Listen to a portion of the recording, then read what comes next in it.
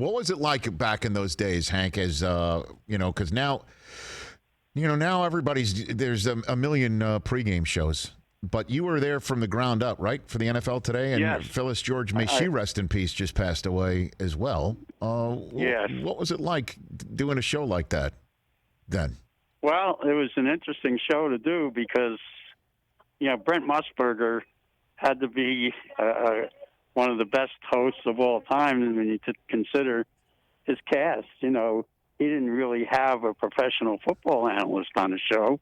Jimmy was a handicapper, and Phyllis was a great personality. Irv Cross was okay, but there wasn't any, Phil Simms on that show.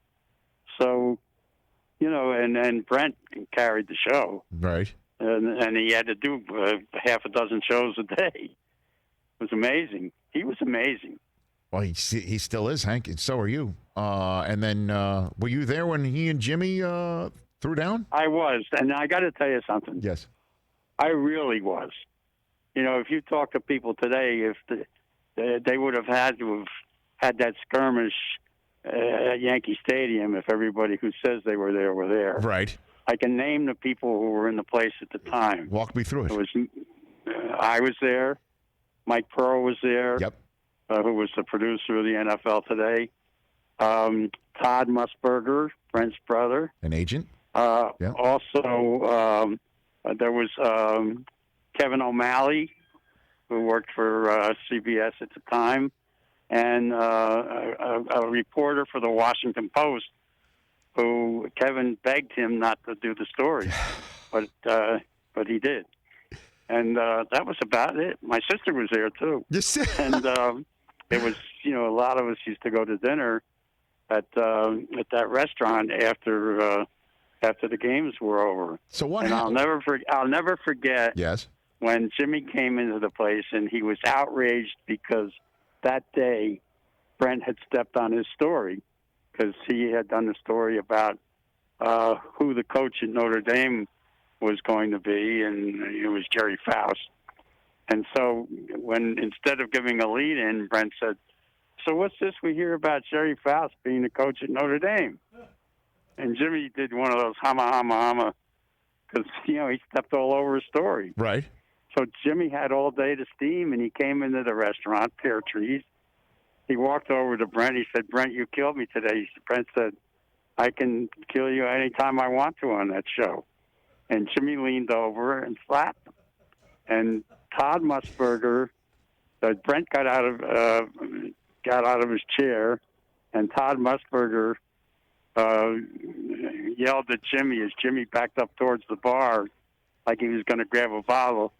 I'll never forget Todd yelling, "Go ahead, Jimmy. Do it like you used to do it when you were a gangster." Are you serious? Unbelievable. Hey, wow. Are you serious? That was the retort? That was Todd's retort. Yeah. Oh. And Frank Ross, who we used to call Skylab because he once showed up at the Masters with a life sentence in his briefcase. Anyway, Skylab grabbed Jimmy, and he and I took Jimmy out and got him a taxi and got him out of there. And that's how it ended.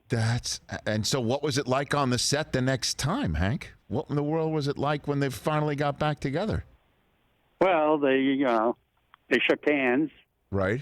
And, I don't think Brent ever got over it, really. And, he was astounded. I mean, I stayed in the restaurant, and I'll never forget Brent said to me, "Do you believe he did that?" And I was no longer working for Jimmy. I was there for that weekend because the Dolphins were playing there. Right. And I had my own issues with Jimmy, and I won't tell you what I said to him. But anyway, Brent was absolutely in shock that Jimmy would come after him that way.